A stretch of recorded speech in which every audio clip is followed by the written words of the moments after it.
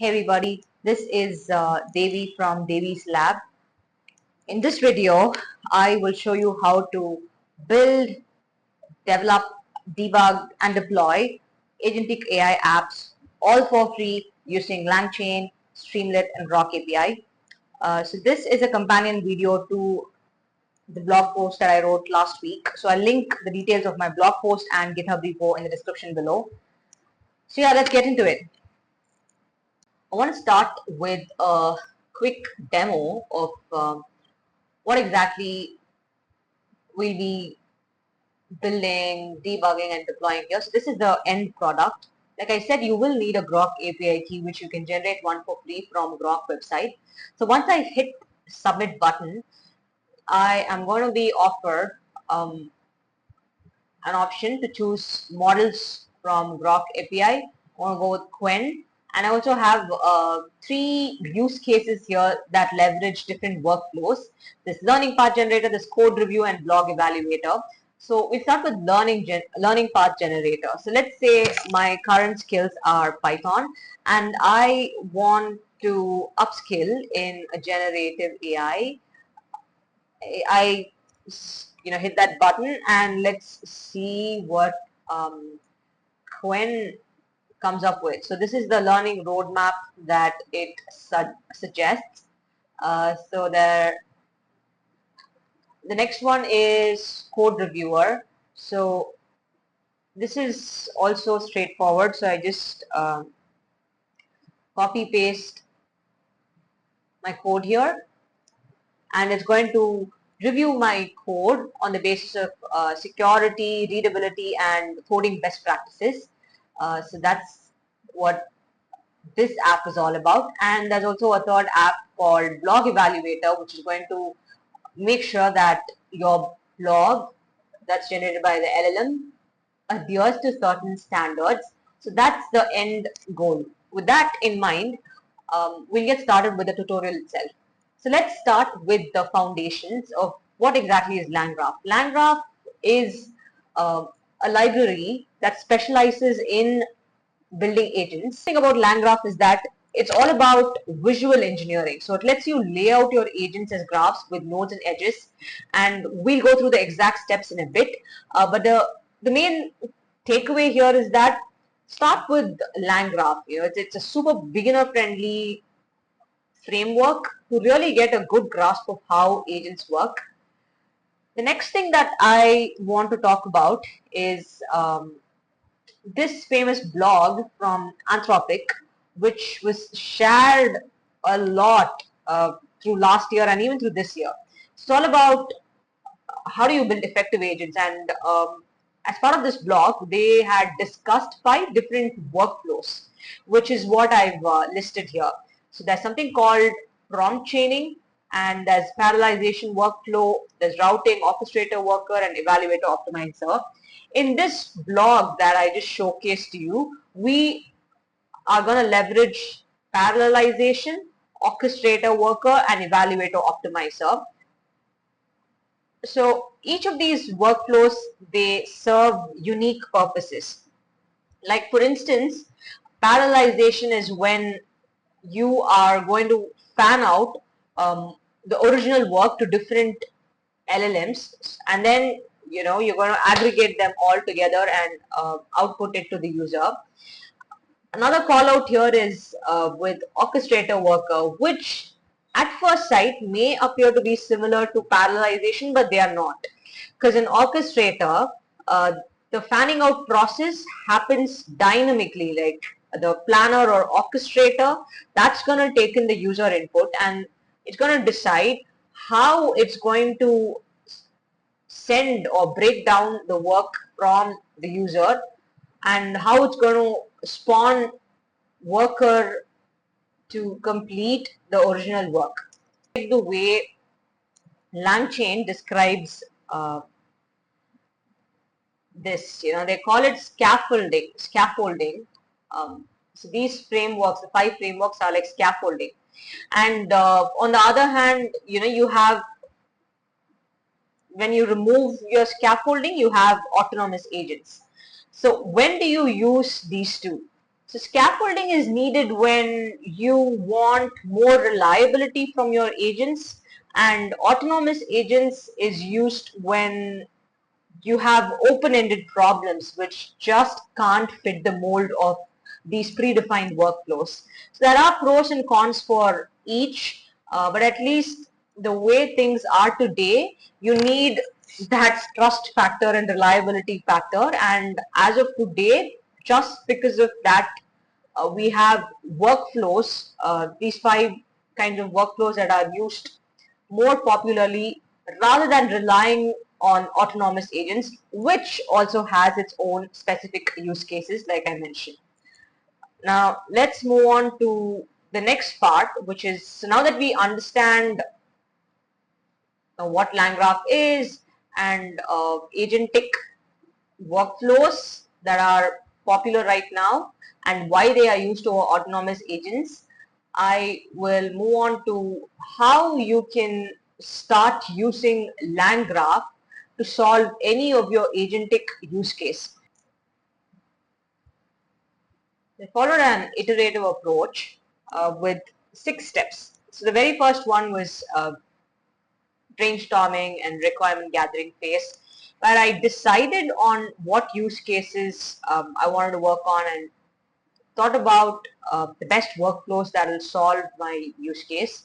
So in this sense, I chose parallelization, orchestrator, worker, evaluator, optimizer, and I chose 3 use cases for these 3 different workflows. And again, my purpose here was to just learn about these workflows and come up with simple proof of concepts. So that was my aim here.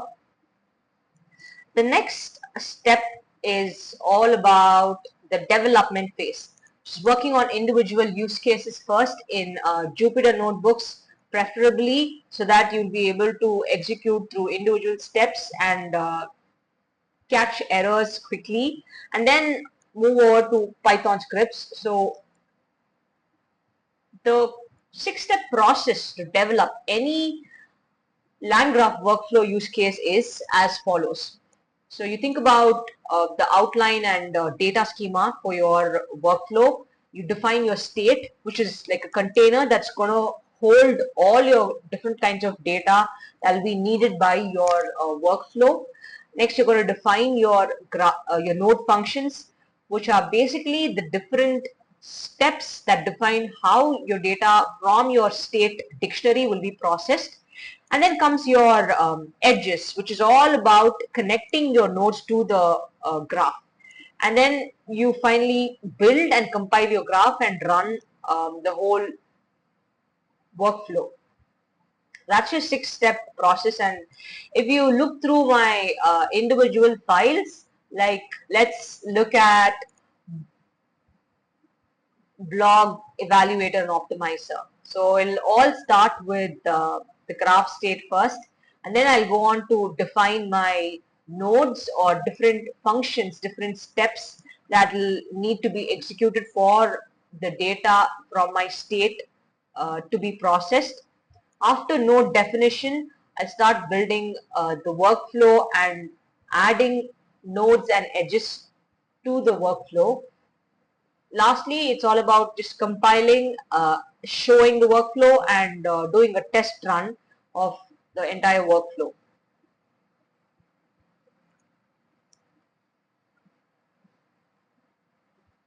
So that's the development phase. So another cool thing about LangGraph is it gives you awesome platform to debug. So you can debug with LangGraph Studio and also with individual work files. So I'll give you a quick overview of what Langsmith will look like. So for this, you'll have to go into Langsmith and you'll have to generate your API key. Once you have your API key, you'll be able to analyze traces from your project. So there are 2 prerequisites for this, okay? So the first prerequisite is, like I said, you will need your LangChain API key and your tracing v2 set to true. So optionally you can also set up a project name. So like for instance, I have here this project called Getting Started with LangChain 1. So you will describe these in your .env file that you'll save locally. So in your .env file, make sure that you lay out your LangChain API key details and your project name details, which can be anything. So that's one prerequisite. And the next thing is you give this decorator called traceable for every function, so that every function or node, so that it gets captured here. And then comes your LangGraph Studio. LangGraph Studio is way more fun. I'll show you. We close this out. Too many tabs open. So with LangGraph Studio, you will be able to visualize all these complex AI agents, and they are super fun. So for this, again, you will need two dependencies. Okay, the first one is you need a file called langgraph.json.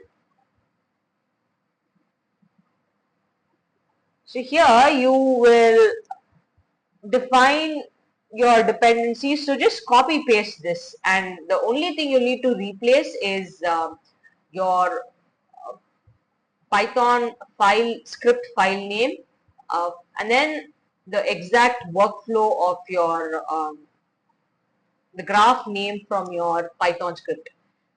So this is how you will describe that, and then from CLI you will have to call LangGraph dev. That will open up an IDE locally, and you'll be able to view in real time. So I've added pictures of how it looks. So this is how it would generate an IDE for you. This is LangGraph Studio, by the way, and here you can test out things in real time. So there's a thread here, so you can, if you want to, you can clear out your thread and you can test real time in this, and you can also see how the different components interact with each other. I've added, so all these pictures are from LangGraph Studio for each of these three apps. So that's the debugging phase. So let's move on to the UI phase. So UI phase is simple. Here I definitely did some vibe coding. I got some help from Gemini Code Assist, and I asked it to come up with a Streamlit interface for me, and I consolidated these three use cases into a Streamlit interface. So here the prerequisite is you have to have your Streamlit library installed. So make sure your requirements.txt file has all those dependencies. You should have all of that installed. So yeah, with some vibe coding, you can make sure to consolidate all of your use cases into a Streamlit interface. Then comes your CI/CD phase. So again, this is a toy project. So it's all about making sure that you push your clean working code to GitHub. So once you have your code on GitHub, you have two options that you can use for hosting your project for free. So the first one is you can use Streamlit Cloud or Hugging Face Spaces. So I'll show you the easiest option first, which is Streamlit Cloud. So you go to your Streamlit profile, and then you'll click on Create App. Here you'll say deploy a public app from GitHub, and you'll click on deploy now. So here you would have integrated it with your GitHub URL, and then you will specify your branch name and your file name. So the important piece of information here is the right repository. So make sure you give your repository name and the main Streamlit app Python scripts name here. and you hit deploy. That's it. Like an app gets deployed for you. So it's that simple. So you can see this was the app that I hosted on Streamlit. So yeah, it goes back to sleep. So you'll have to wake it up. So while this is baking in the oven, let's move on to Hugging Face spaces. So for Hugging Face, again you'll need an account, and you should click on this tab right here that says Spaces, and you should go ahead and create a new space. Give it a new name, and here you choose Streamlit. Go with the free options, make it public, and you create your space. So you'll get a unique URL, all right. So with Hugging Faces, you will need to do two extra steps. So the first step is, so you'll need a .github file folder, and in the .github folder you'll have a workflows folder. Within that you'll have this main.yaml file. So here you will need to replace it with your Hugging Face token and with your unique space name that got generated. The other thing is you will need to also make sure that your GitHub is linked to your Hugging Face token. So again, you'll do that through secrets. So like for instance, you go to this GitHub repo, go to actions,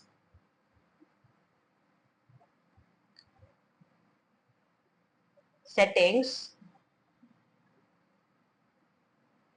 There's something called secrets.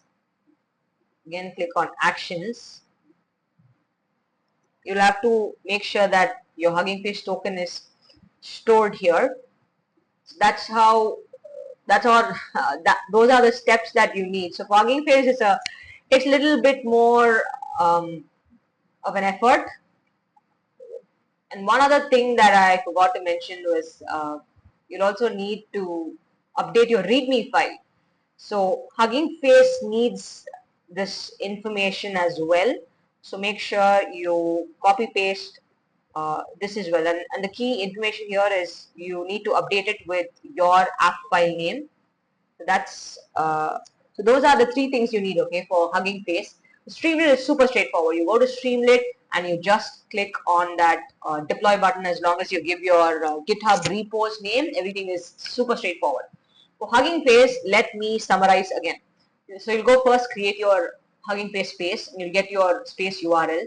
And then in your GitHub repo, you will have this .github workflows subfolder. Within that, you'll have a main.yaml file. So here you will update it with your unique Hugging Face space name.